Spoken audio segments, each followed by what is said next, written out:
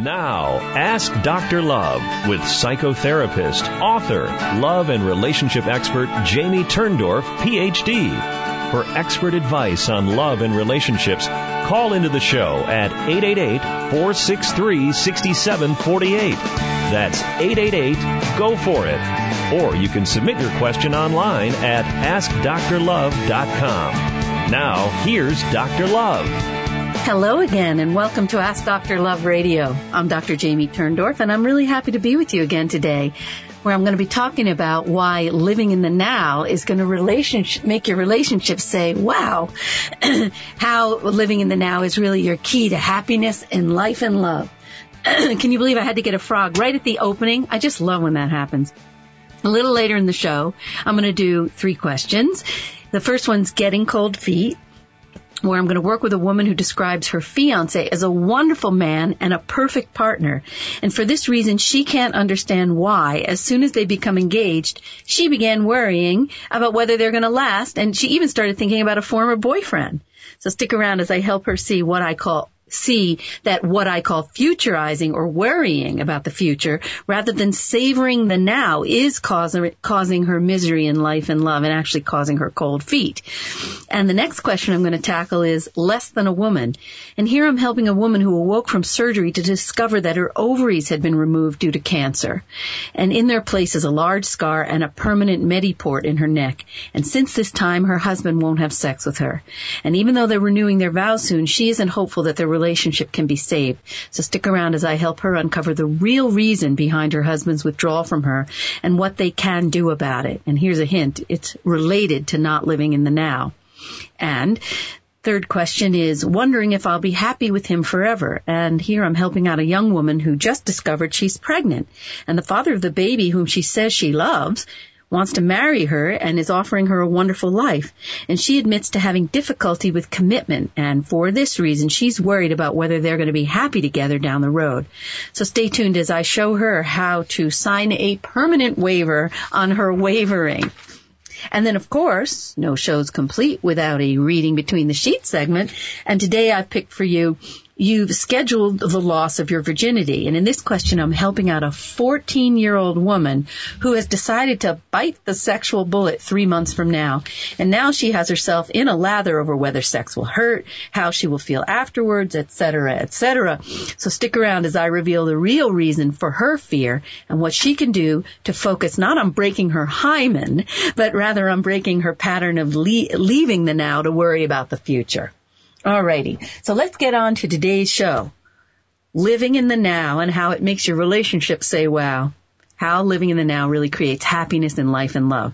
So I'm sure at this point in your life, you've heard all about the benefits of living in the now. And we also have heard this called mindfulness. Now, if you're like most people, the magnificence of this wonderful life is being buried by this internal monologue of self-consciousness and anxiety. And literally, we're all being driven mad by the incessant buzzing of this internal symphony. Now, what can be done to still your mind? Well, the first thing is breathe. As banal as it sounds, yes, breathe. Whenever you feel anxious about your present, your future, or your past, breathe. Try it with me for a few minutes right now. Breathe in through your nose. Breathe out through your mouth. Breathe in through your nose. Breathe out through your mouth. And don't you just feel more relaxed? Because it turns out whenever you start worrying, you cut down your oxygen supply and it actually makes you more anxious. Now, the next thing you need to do is to come back into the now. Remind yourself you are not your thoughts. Because life unfolds in the present, but so often we let the present slip away, allowing time to rush past, unobserved and unseized, and squandering the precious seconds of our lives as we worry about the future and ruminate about what's past. We're living in a world that contributes in a major way to mental fragmentation, disintegration, distraction, decoherence, says Buddhist scholar B. Alan Wallace. And we're always doing something, and we allow little time to practice stillness and calm. So when you're at work, have you noticed you fantasize about being on vacation? And when you're on vacation, you worry about the work piling up on your desk. And you dwell on intrusive memories of the past, or you fret about what may or may not happen in the future. And we don't appreciate the living present because our monkey minds, that's what Buddhists call the monkey minds, vault from thought to thought like monkeys swinging from tree to tree. And most of us don't undertake our thoughts in awareness. So rather our thoughts control us. And John Kabat-Zinn says, ordinary thoughts course through our mind like a deafening waterfall. And he's the guy who introduced meditation into mainstream medicine, by the way. So in order to feel more in control of our minds and our lives, to find the sense of balance that eludes us, we need to step out of this current, to pause and, as Zinn puts it, rest in stillness, to stop doing and focus on just being. And we need to live more in the moment. Living in the moment, which I said is called mindfulness, is a state of active, open, intentional attention on the present. And when you become mindful, you realize that you are not your thoughts. You become an observer of your thoughts from moment to moment without judging them. And mindfulness involves being with your thoughts as they are, neither grasping at them nor pushing them away, but instead of letting your life go by without living it, you awaken to experience. So part of the mindfulness practice is cultivating a non-judgmental awareness of the present. And this brings a host of benefits. You can't even believe the benefits. Mindfulness reduces stress. It boosts immune functioning, reduces chronic pain, lowers blood pressure, helps patients even cope with cancer. And by alleviating stress, spending a few minutes a day actively focusing on living in the moment reduces the risk of heart disease too. And research says that mindfulness may even slow the progression of HIV. And did you know also that mindful people are happier and they're more exuberant, more empathic, and they're even more secure. And they have higher self-esteems. They're more accepting of their own weaknesses. And anchoring awareness in the here and now reduces the kinds of impulsivity and reactivity that underlie depression, binge eating, and attention problems. And mindful people can hear negative feedback without feeling threatened. And they fight less with their romantic partners and are more accommodating and less defensive. And all of this means that mindful couples have more satisfying relationships. Doesn't this sound great? And, mindfulness is at the root of Buddhism, Taoism, and many Native American traditions, not to mention yoga, of course. And remember Thoreau? He went to Walden Pond. It's what Emerson and Whitman wrote about in their essays and poems. So we all know that living in the moment is the way to go. But how do you do this? Well, that's easier said than done. So there's this Harvard psychologist, Ellen Langer, and she wrote a book called Mindfulness. And she says, when people are not in the moment, they're not there to know that they're not there. So overriding the distraction reflex and awakening to the present takes intentionality and practice. And living in the moment involves a profound paradox because you can't pursue it for its benefits. That's because the expectation of reward launches a future-oriented mindset, and that subverts the entire process. So instead, you just have to trust that the rewards will come. And there are many paths to mindfulness. And at the core of each is that paradox. And ironically, letting go of what you want is the only way to get it. So let me give you 6 little tricks for how to help you along in your mindfulness.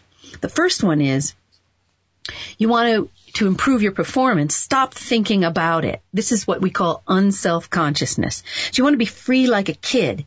When a baby learns to walk, that kid isn't thinking, how goofy am I going to look when I fall? The baby just tries, stumbles, falls, gets up, and tries again. In the same way, when a kid learns to ride a bike, the kid falls and gets up. And eventually, here's the problem. We all get laughed at, and this is how we learn to be self-conscious. So the key is you want to dance like nobody's watching and sing like nobody is listening. I remember a group I ran last year. One of the members' mothers had recently died, and suddenly she appeared to me in spirit form, and I saw her smiling, joyful face, and then I heard her singing, but off key. And she clearly wanted me to know that she didn't care that she was singing off key. She was just so happy to be living in her spirit body. So I told my patient what I had just heard, and he was floored because I never knew his mother. I never saw her. And he said that his mother did indeed sing off key in life, and she was so off key that she was ashamed to sing in public. But clearly she wasn't ashamed to sing in her spirit body. So you don't need to wait till you leave your body to get this lesson. Be unself-conscious. Just let go and let yourself be in the moment. Now, the first paradox of living in the moment is thinking too hard about what you're doing actually makes you do worse. So if you're in a situation that makes you anxious, like giving a speech or introducing yourself to a stranger or dancing, focusing on your anxiety tends to heighten it. So you want to focus less on what's going on in your mind and more on what's going on in the room. Less on your mental chatter and more on yourself as part of something. And to be most yourself, you need to focus on things outside yourself, like the music or the people around you. Okay. Now, I also want to say that by reducing self-consciousness, mindfulness allows you to witness the passing drama of feelings, social pressures, and even of being esteemed or disparaged by others without taking their evaluations personally. Okay, so when you focus on your immediate experience without attaching it to your self-esteem, unpleasant events like social rejection or so-called friends making fun of your dancing, they all seem less threatening. So focus on the present moment, and it'll force you to stop overthinking, because being present-minded takes away some of that self-evaluation and getting lost in your mind. And in the mind is where we make the evaluations that beat us up. So instead of getting stuck in your head and worrying, just let yourself go. Now, here's the second step to mindfulness. Avoid worrying about the future. Focus on the present. And this is called savoring. So I always say that nature nudges us into the now. The sunset's pastel hues melting beneath the horizon, the silky breeze caressing your cheek, the scent of honeysuckle perfuming your nostrils, the wind whispering through the trees, the sweet nectar of a juicy peach bursting on your tongue. When you open to all your senses, you are savoring the now. Did you read that memoir, Elizabeth Gilbert's memoir, Eat, Pray, Love? And she writes about a friend in there. Whenever she sees a beautiful place, the friend exclaims in near panic, "Oh, it's so beautiful here. I want to come back here someday." And Gilbert writes that it just drives her nuts to try to convince her friend she's already here. What are you talking about coming back when you're already here? Often we're so trapped in thoughts of the future or the past that we forget to experience, let alone enjoy and savor what's happening right now. You know, we're sipping coffee and we're thinking, oh, this is not as good as it was the last time. Or we eat a cookie and we think, I hope I don't run out of cookies. You know, I have a tragic example of this. My godmother, Anne. She futurizes. She leaves the moment to such a point that when she's on this year's vacation, she's already grieving the fact that next year's vacation has already come and gone. That is sad, right? Now, the only antidote to living in the past or the future is to relish, luxuriate, and savor whatever you're doing at the present moment. And savor music, savor what you eat, savor the breeze, use your senses. Senses are linked to savoring. You know, and there was a study where subjects took a few minutes each day to actively savor something that they usually hurried through, whether it was a meal or drinking a cup of coffee or tea, walking to the bus, and they started experiencing more joy and happiness and other positive emotions and fewer depressive symptoms. So living in the moment just makes you happier, not just the moment that you're tasting this delicious molten chocolate of a cake pooling on your tongue, but it lasts because your negative thoughts concern the past or the future. You know, Mark Twain said, I've known a great many troubles, but most of them never happened. And the hallmark of depression and anxiety is catastrophizing, worrying about something that hasn't happened yet and might not happen at all. And worry by its very nature means propelling yourself into the future. And if you hoist yourself into awareness of the present moment, worrying melts away. And the flip side, of course, of worrying is ruminating, thinking bleakly about events in the past. And again, if you press your focus into the now, ruminating ceases. So savoring forces you into the present so you can't worry about things that aren't there. And of course, then the savoring helps you savor your relationship too, which connects to what I said last week about gratitude. Savor your present moment, and you are in gratitude. All right, let me take a brief break, and then I'm going to give you tip number 3 for coming back into the now. Be back with you in a moment on Ask Dr. Love Radio.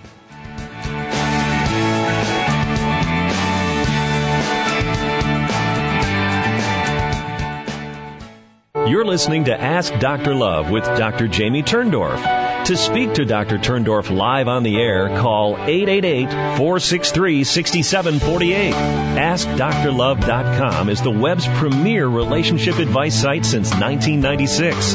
Visit AskDrLove.com to search thousands of free relationship advice articles on any relationship issue you may have. Or you can submit a question to her free advice column. However, if you're listening live, why not call in? Don't be shy. Dr. Turndorf wants to help you, and this is a unique chance to get a personal answer from one of today's most respected experts. So, if you have a question for her, please call in now at 888-463-6748. That's 888-463-6748. Now back to Ask Dr. Love with Jamie Turndorf, Ph.D. Once again, here's Dr. Love. Hello again, and welcome back to Ask Dr. Love Radio. I'm Dr. Jamie Turndorf, and I'm talking with you about how living in the now makes your relationship say wow and makes you happy in life and love in general. So I'm giving you 3 tips. I'm up to my 3rd tip now in how you can create a more mindful, now-focused life. And the 3rd one is, if you want a future with your significant other, inhabit the present. Breathe. Living consciously with alert interest has a powerful effect on your interpersonal life. Mindfulness actually inoculates people against aggressive impulses. And this is proven again and again by research. One research out of the University of Georgia, they had subjects who were told that the other subjects were forming a group and taking a vote on whether somebody could join. And 5 minutes later, the experimenter announced the results. And either the subject had gotten the least number of votes and had been rejected, or she'd been accepted. And beforehand, half of the subjects had undergone a mindfulness exercise in which each slowly ate a raisin, savoring its taste and texture and focusing on each sensation. And later, in what they thought was a separate experiment, subjects had the opportunity to deliver a painful blast of noise to another person. And among subjects who hadn't eaten the raisin, those who were told they'd been rejected by the group became aggressive, inflicting long and painful sonic blasts without provocation. Stung by social rejection, they took it out on other people. But among those who'd eaten the raisin first, it didn't matter whether they'd been ostracized or embraced. Either way, they were serene and unwilling to inflict pain on others, exactly like those who were given word of social acceptance. So how does being in the moment make you less aggressive? They say that mindfulness actually decreases ego involvement. So people are less likely to link their self-esteem to events and more likely to take things at face value. And it makes you connected to people. And then that empathic feeling of being at one with the universe just triggers more mindfulness, more connection. And it also, mindfulness boosts your awareness of how you interpret and react what's happening in your mind. So it increases the gap between your emotional impulse and your action. And it allows you to do what Buddhists call recognizing the spark before the flame. That's really nice, isn't it? So you focus on the present and it reboots your mind so you can respond thoughtfully rather than automatically and impulsively. And instead of lashing out in anger, backing down in fear, or mindlessly indulging a passing craving, you get the opportunity to say to yourself, this is the emotion I'm feeling. How should I respond? That's what I call strengthening your observing ego. So mindfulness increases self-control also, since you're not getting thrown by threats to your self-esteem, so you're better able to regulate your behavior. And that's the other irony. Inhabiting your own mind more has a powerful effect on your interactions with others. So that's 3. Now I want to give you the 4th tip. Make the most of time. Lose track of it. Go with the flow. So the most complete way of living in the now is this state of total absorption, which psychologists call flow. And the flow occurs when you're so engrossed in a task that you lose track of everything else around you. And flow embodies an apparent paradox, because how can you be living in the moment if you're not even aware of the moment? And the depth of engagement absorbs you so powerfully, keeping your attention so focused that distractions cannot penetrate. And you focus so intensely on what you're doing that you're unaware of the passage of time. And then hours pass without your noticing. Now, being in that flow is an elusive state. So like with romance or sleep, you can't just will yourself into it. All you can do is set the stage by creating the optimal conditions for it to occur. And the first requirement for flow is that you set a goal that's challenging but not unattainable, something that you have to marshal your resources and stretch yourself to achieve. And then you're firing on all cylinders to rise to the challenge. And you want your goal to be clearly defined so that you always know your next step. And then you just get yourself so narrowly focused and your self-consciousness evaporates and you are so in the moment. Alrighty. Now, the fifth step is if something is bothering you, move toward it rather than away from it. This is the acceptance. Now, obviously, we all have pain in our lives, and whether it's the ex that we still long for, or the jackhammer that's rattling across the street, or the sudden wave of anxiety we get when we're going to give a speech. But if we just accept on it, don't combat it, don't fight it, because obviously I say that which you resist becomes even more prominent. So go with it, accept it, and doing this will actually help you be more powerfully in the now. Alrighty, let me take a brief break, and I'll be back with you in a moment on Ask Dr. Love Radio.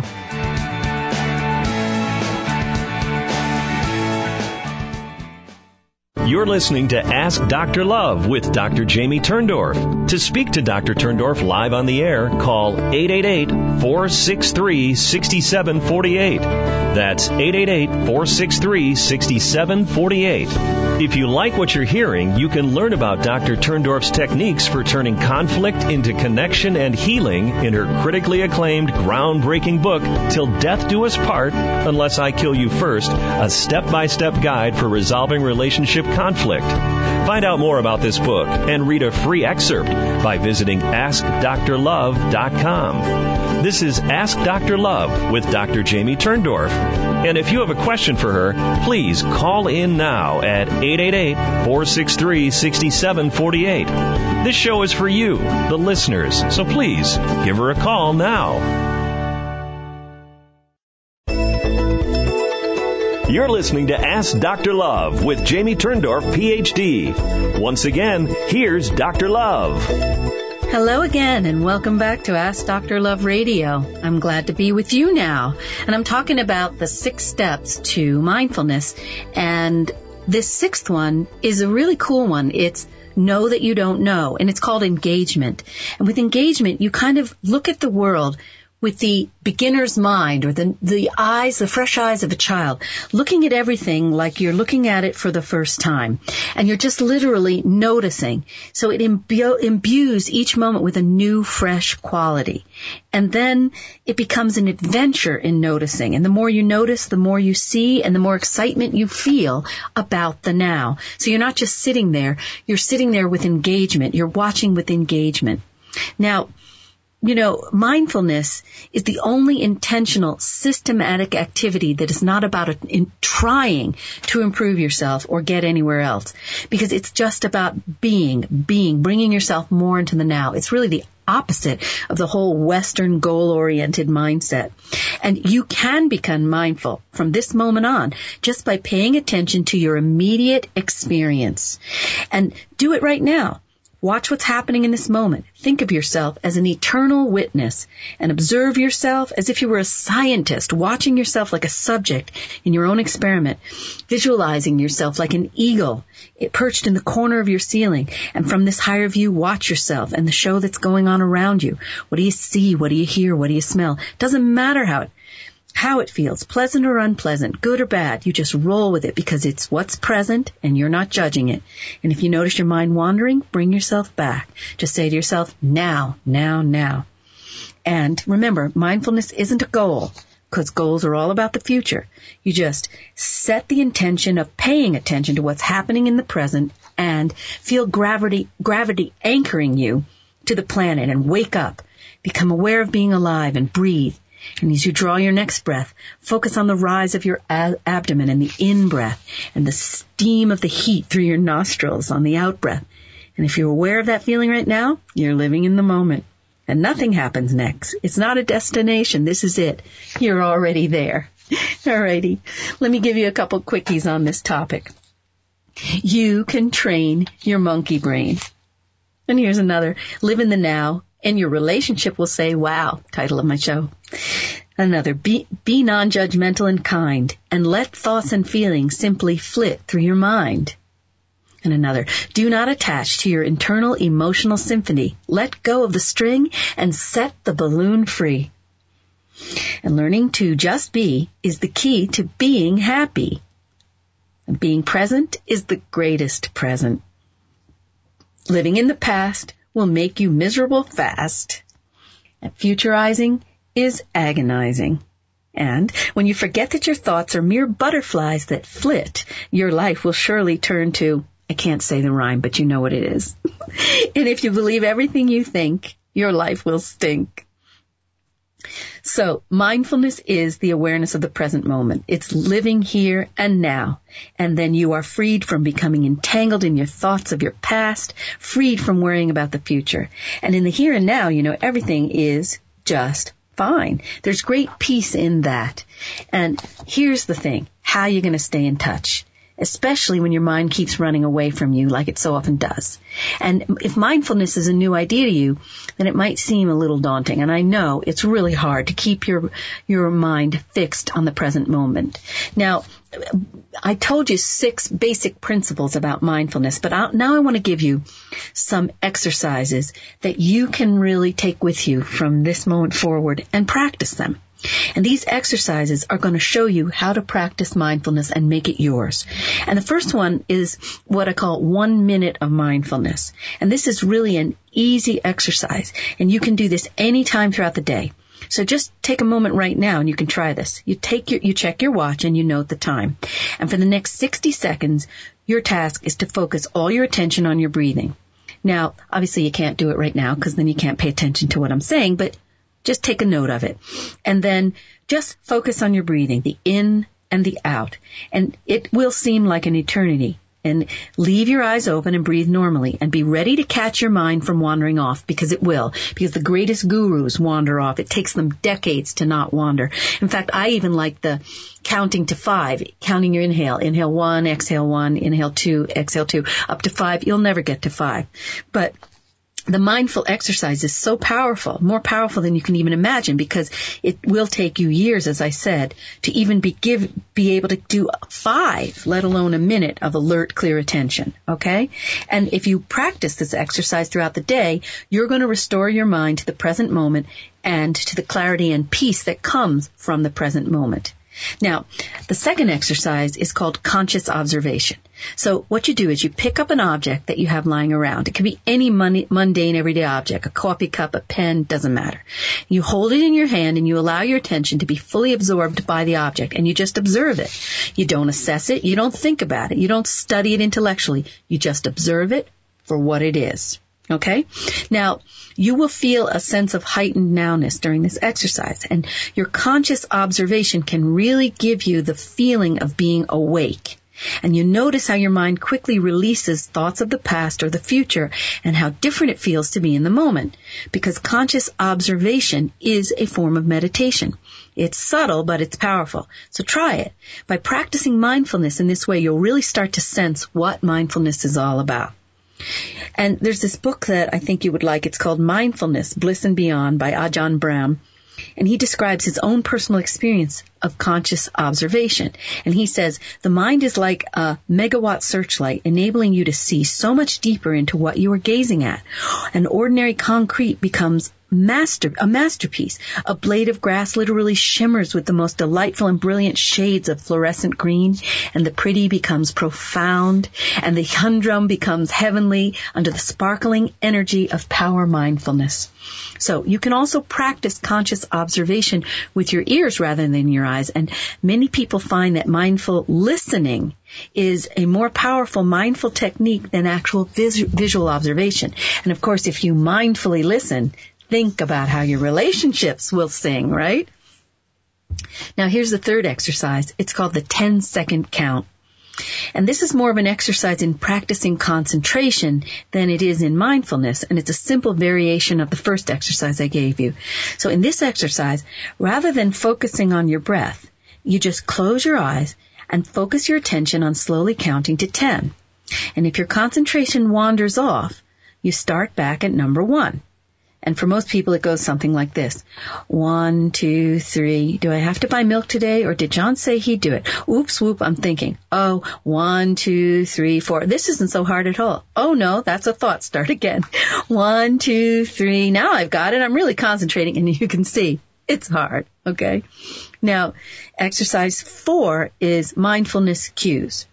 Now, in this exercise, you're going to focus your attention on your breathing whenever a specific environmental cue occurs. And so, for example, whenever you hear the phone ring, you promptly bring your attention into the present moment and stay focused on your breath. Okay? Now, you simply choose a cue that works for you. And perhaps you'll choose to become mindful every time you look in the mirror. And perhaps it'll be every time your hands touch each other. And perhaps it'll be every time you hear a bird. And mindfulness cues are an excellent mindfulness technique because they're designed to snap you out of the unconscious autopilot state of mind and bring you back into the present moment. I also like to have my patients do a mindfulness check-in. So I'll say every 10 minutes on the clock, check in with yourself. How are you feeling? Are you getting what you need? Are you comfortable? So that kind of mindfulness actually helps you heal the wounded inner child in you, which is a kind of neat double whammy. Now, how do you take your mindfulness exercises to the next level? So obviously, these mindfulness exercises are designed to develop your ability to stay in the present moment, and that's a great way to improve your ability to concentrate. But if you practice these exercises, you're going to find it easier to meditate because you're going to strengthen all the right mental muscles in the process. And ideally, mindfulness is something that you're going to learn to integrate into all the moments of your life. And these easy exercises are a great way to help you experience moments of mindfulness, brief awakening, so to speak, to really experience the profound benefits of mindfulness. I really encourage you to learn to gradually incorporate mindfulness into everything you do, and ideally to learn how to practice formal mindfulness meditation. Now, let's look at some mindfulness activities and take another step towards a more conscious, enlightened, and peaceful experience of life. So let me just tell you, there's a difference between concentration and mindfulness, right? So it's important to realize that there's a big difference. Concentration is important because it helps you focus your attention on one thing or another. And in this way, it does help you take command of what's going on in your mind. But mindfulness is another step beyond concentration, because mindfulness is a state of awareness. It's a presence of mind. And concentration is the tool you use to bring your mind into focus and to close the door on your mental chatter. But it's still up to you to show up and be present in the moment. And if this doesn't quite make sense to you yet, then perhaps my information on how to practice mindfulness will clear things up for you. And as you practice, now I also want to tell you, I have this really, really neat hugging meditation that I use with couples. And I love this meditation because it not only helps you bring your mindfulness to a higher level, but it helps you bring your mindfulness as a couple to a higher level. So what you do is you sit facing your partner and you wrap your arms around each other, and you breathe together as one. And as you inhale, you silently say, "My beloved is in my arms alive." And as you exhale, you say, "He or she is so," or he or she, "is so precious to me." And you just do this for 10 minutes. "My beloved is in my arms, alive. He or she is so precious to me." So here you are building a connection, building a gratitude as you develop mindfulness with each other as a couple. I love that. Try it today. You're going to love it too. All right. So let me get on to some of those famous questions. The first one, I've been wanting to tell you this for a while, but I got so excited about being mindful. I got so caught up in the now, I got behind. So here's getting cold feet. Dear Dr. Love, I recently got engaged to a wonderful man, and we had a really happy relationship, and that is until we got engaged. And ever since I've been really sad and confused, because before we got engaged, I thought it would be a wonderful thing to marry him, but now I feel like, what if I made a mistake? And I love him, and still think he's the most wonderful man I've ever met. And I've also started missing an old boyfriend, so what's wrong with me? Is this normal? Okay, so listen, it is normal to be worried about marrying. That is normal. But your reaction seems to be bordering on the outer limits here, because you say you still love your fiancé and you think he's the most wonderful guy. So what you need to ask yourself is why you're working so hard to destroy a good thing, girl. Because my first thought was that you're trying to die by your own sword. Because you know that humans are terrified of being out of control over their lives. So, for example, if you're afraid of a relationship ending at some point, you might try to end it yourself so that you're in control of the dissolution. That's dying by your own sword. So to see if I'm right, ask yourself, why did I become so scared right after the engagement? What terrified me about becoming engaged? And keep asking questions and going deeper and deeper until you reach your emotional core. And I think you're going to find that the core of your fear is related to being afraid of formalizing your connection by marrying, which I suspect is very scary to your unconscious mind. And then ask yourself what's scary about making the connection official. Why am I afraid to feel more attached to him? Am I afraid to be more dependent, more vulnerable? I'm afraid that I'm going to suffer all the more if and when the relationship ends through his leaving, through death or divorce. Now, if you say yes to any of that last series of questions, then you are really dealing with a fear of abandonment. And that fear certainly originates in childhood, where you were either abandoned or watched your parents abandon each other. Now, once you understand the origin of your fear, you need to see that you are afraid that the past is going to repeat itself and the terrible wound you suffered as a kid is going to happen again. And this explains why you want to end the relationship and die by your own sword before he has a chance to wound you the way you were wounded way back when. And next you need to remind yourself that your past does not equal your future. What happened before doesn't need to happen again. So take a hard look at your fiancé and point out to yourself the ways in which he differs from the person who wounded you as a kid. Is he faithful and true, or is he another abandoner? And if you see him as a carbon copy of those who hurt you, then you have good reason for your fear. And if you can now see that he differs from those who let you down as a kid, then you have to keep reminding yourself each time that you feel afraid, he isn't like the people in your past. And the bottom line is you need to stop futurizing, which consists of living in the fear of what may happen down the line instead of just living for today. And you need to live in the now because that's all you or anyone else has. Treat each day as though it could be your last. Enjoy him and love him now. Take each day as it comes. And if your feelings change in the future or his change, deal with that when and if it happens. And remember that the things we brace for down the line never turn out to be the things that happen. I'm living proof of that. Could I have ever seen the bee sting coming? Come on. So it's always the unexpected, the things we never see coming that happen. So why brace for events that will probably never occur?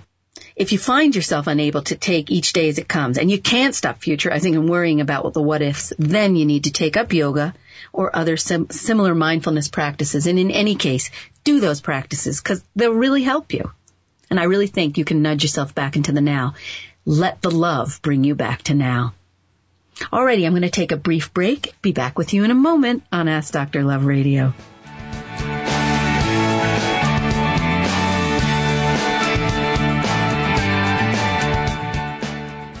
You're listening to Ask Dr. Love with Dr. Jamie Turndorf. To speak to Dr. Turndorf live on the air, call 888-463-6748. That's 888-463-6748. If you've recently been through a breakup and are looking for a second chance, wondering how you can reconcile with your ex, or if it's even possible after all you've been through, Dr. Turndorf's latest book, Make Up, Don't Break Up, presents her 5-step plan for reconciling with your ex. This plan was developed out of years of research, working with thousands of couples at her Center for Emotional Communication. This is a proven no-hype and no-nonsense method that gets right to the root of the problem to guide you to the right path towards reigniting a lasting relationship. For more about Make Up, Don't Break Up, visit AskDrLove.com. You're listening to Ask Dr. Love with Jamie Turndorf, Ph.D. Once again, here's Dr. Love. Hello again, and welcome back to Ask Dr. Love Radio. Are you having fun being with me in the now? I'm having fun being with you. So the next question I have for you is called Less Than a Woman. Really sad question. Dear Dr. Love, in April, I underwent emergency surgery, and when I got to the recovery room, my husband was crying. And when I asked why, he said they took both my ovaries because they were full of cancer. That left a scar from my belly button to my pelvic area, and then we found out I had colon cancer and had to go to treatment. None of my hair is falling out or anything, but I had to get a Mediport put in my chest, and it is visible, and my husband can't get sexual with me because of the physical scar and the Mediport, and I already feel like half a woman with my ovaries being gone. It's very hard because outsiders tell me how great I look and how much weight I've lost. But what do I do about my husband, who I love so much? We're going to renew our vows on August 31st, but how can I if he is letting these scars get in the way? What can I do? And you signed Less Than a Woman.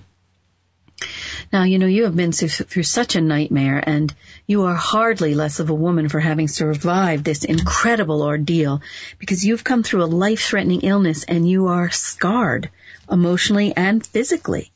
Now, when I read your letter, I tried to imagine what you and your husband must be feeling, and then I noticed the word that you repeatedly misspelled. The word was scarred, but each time you spoke of being scarred from your surgery, you wrote the word scared. And at first I thought this was a simple typographical error, and then I thought that the misspelling might actually have been a message from your unconscious mind telling me that you and your husband are scared. And why wouldn't you both be scared?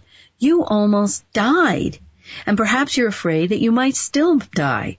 Now, if I'm right, your husband's withdrawal from you has more to do with his feelings of fear over losing you than his being turned off by your scars. So let me explain to you what I mean. I think that your husband adores you and that he is absolutely terrified to lose you. And one way of dealing with that terror is to emotionally cut off and pull back in order to protect him from the pain of losing you. Now, if you talk to him, I'm sure that he's going to admit to being scared of losing you. And he needs to be helped to feel the fear and connect to you all the same, to live in that duality. The point of life is to live in the moment and love fully. And preventing himself from loving you in the now means that he is futurizing, meaning he's imagining the pain of losing you in the future, and this is preventing him from living and loving you in the now. And he needs to come back to the now. And yes, of course, we all will die one day, but holding back and not loving you won't make him suffer less when you die before him. Because to love is to lose, and losing does hurt. But not allowing himself to love you fully won't prevent him from suffering when you go. And in the meanwhile, he is simply living a half-life that prevents him from creating wonderful memories with you. And those memories are the greatest salve for the pain of losing. And also, as you're going to discover in the weeks and months to come, the more you connect with those that you love on the earth plane, the easier it is to reconnect with them in the spirit plane and to continue your relationship. So the love connection in the now is actually the currency of connection to the spirit realm. So get him talking about his fear of losing you, and I'm going to bet that he's going to be able to reconnect with you physically, scars and all. And please, please do keep in touch and let me know how you both do. Alrighty, so now, here's the next question, and it's called Wondering If I'll Be Happy with Him Forever.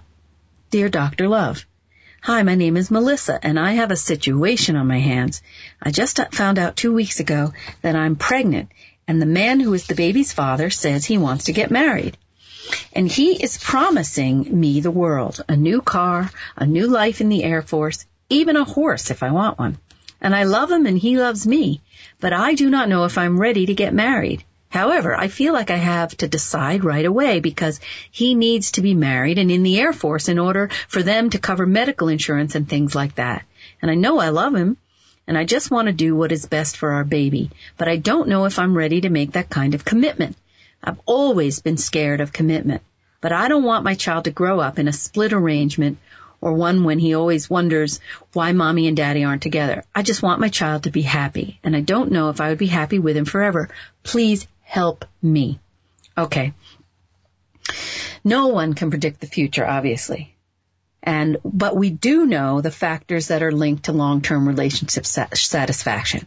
So the first thing is what I've told you about previously, which is the 5-to-1 ratio. Couples who maintain the 5-to-1 ratio of saying and doing 5 positive things per day to every 1 negative word or action seem to be the ones who make it for the long haul. And there's some other factors associated with making it for the long haul. For example, partners who feel that they're best friends first and who are homogamous or similar in the areas that matter most are the happiest. And here's another one. Women seem to be happiest with men who are androgynous, meaning that they have a healthy blend of male and female traits. And the female aspects make men better at handling the emotional side of the relationship, like listening, understanding, talking about their own feelings. And since marriage is essentially an emotional contract, being good at handling feelings is a real plus. Now, to find out how compatible you are, you can take my compatibility test, and that's available as a free download when you sign up for my newsletter. And if you score high, you have a really good shot together. Now, I want to talk about your fear of commitment, because this is not a problem that's going to change on its own. And time also isn't going to make the fear go away. So your best bet is to enter therapy and find out why you are afraid and resolve the issue once and for all. Because keep in mind that you have already made a commitment to this man by becoming pregnant with his child. And so if you aren't going to commit to him, then who would you commit to? And plus you say that you love the man and he loves you. So what do you have to lose by giving your love a chance? Now, if your compatibility score is high and you still feel scared, then you know the issue is due to your own unfinished business rather than a sign that he isn't right for you. So I really want to wish you luck. Hang in there because you really can resolve this internal conflict. Okay. Now, did you notice how all the questions had to do with futurizing? You notice this, the misery that people create for themselves by not just enjoying what they have in the now, the love that they have now, the beautiful connection that they have now, but the future of will it work? Will he die? You know, the ways that we torture ourselves. And we lose the moment. And it's like living a half-life, limping along, because instead of just fully savoring the now and loving each other now, you're limping along worrying about what might happen. And as I always say, the curveballs we brace for are never the ones that hit us. So jump into the now. Now here's a reading between the sheets segment, and I'm going to do, you scheduled your loss of virginity. Talk about not living in the now. His poor penis is on the calendar. My goodness. Dear Dr. Love, I'm from South Africa, and I find it so ironic that I stumbled over your site at this crucial time in my life. Okay, so here it goes. My boyfriend and I have been going out for about a month, and we really love each other, and I want to give him my virginity on New Year's Eve night. And it's 3 months too soon. Now, she says, is 3 months too soon? So when would you suggest is a better time? I'm 19 and he is 25, and he hasn't mentioned sex yet because we are still enjoying each other, and he doesn't really mind because he just loves to see me. But I feel like sex now. Yet as a virgin, I'm really nervous and unsure, and I wonder what happens afterwards, and what does it feel like, and will I have pain? And I want to really give it up now, but I'm shy. What do you suggest? Thank you. All right. So first of all, I see you have set a date 3 months from now at which time you have decided to bite the bullet and lose your virginity. Now, I think it's a mistake for you to live in the future and schedule your loss of virginity. So it's much better to live in the now and enjoy your boyfriend during each now moment, and let yourself become more and more intimate with him in each now moment because it feels right and because it comes naturally. not because you've told yourself that you should. Notice I said comes naturally. You should be coming naturally in more ways than one. And the key is to take your time and listen to yourself, your heart, your body, your soul. Do what feels good and right and nothing more. And when the time is right for intercourse, you will know and the experience will flow. Okay? And as for the pain, you shouldn't experience any pain at all. If you're fully aroused and you're lubricated, all should just go smoothly. And I know you may be worrying about your hymen tearing, and you may fear that you're going to bleed and you're going to feel pain. But for most women, the hymen is largely disintegrated long before the first time they have intercourse. And exercise, riding a bicycle, gynecological examinations, and tampon use make the hymen disappear all by itself. Oh, even climbing a fence, stretching your legs. So if you want to know whether you still have an intact hymen, which is very rare, just try inserting your finger in your vagina. And if you feel an obstruction near the entrance, then you still have a hymen. And if this is your case, your partner will just have to make sure to penetrate you gently. And you may find it easier for him to ease in by using his finger first. And in any case, a couple of penile thrusts and any remaining hymen will just be a thing of the past. So if you get nothing else from my answer, just remember that you should just enjoy your time together and let your sexuality unfold naturally. So cross your loss of virginity date off the calendar because who knows? You may not want to wait that long. Right. All right. You know, I have an example of a patient who was so crippled up by not living in the now because she was futurizing. It's a very touching story.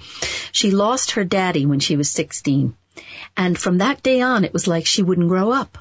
She just pretended like, I'm a kid, and if I'm a kid, my daddy's still alive. It was almost a delusion.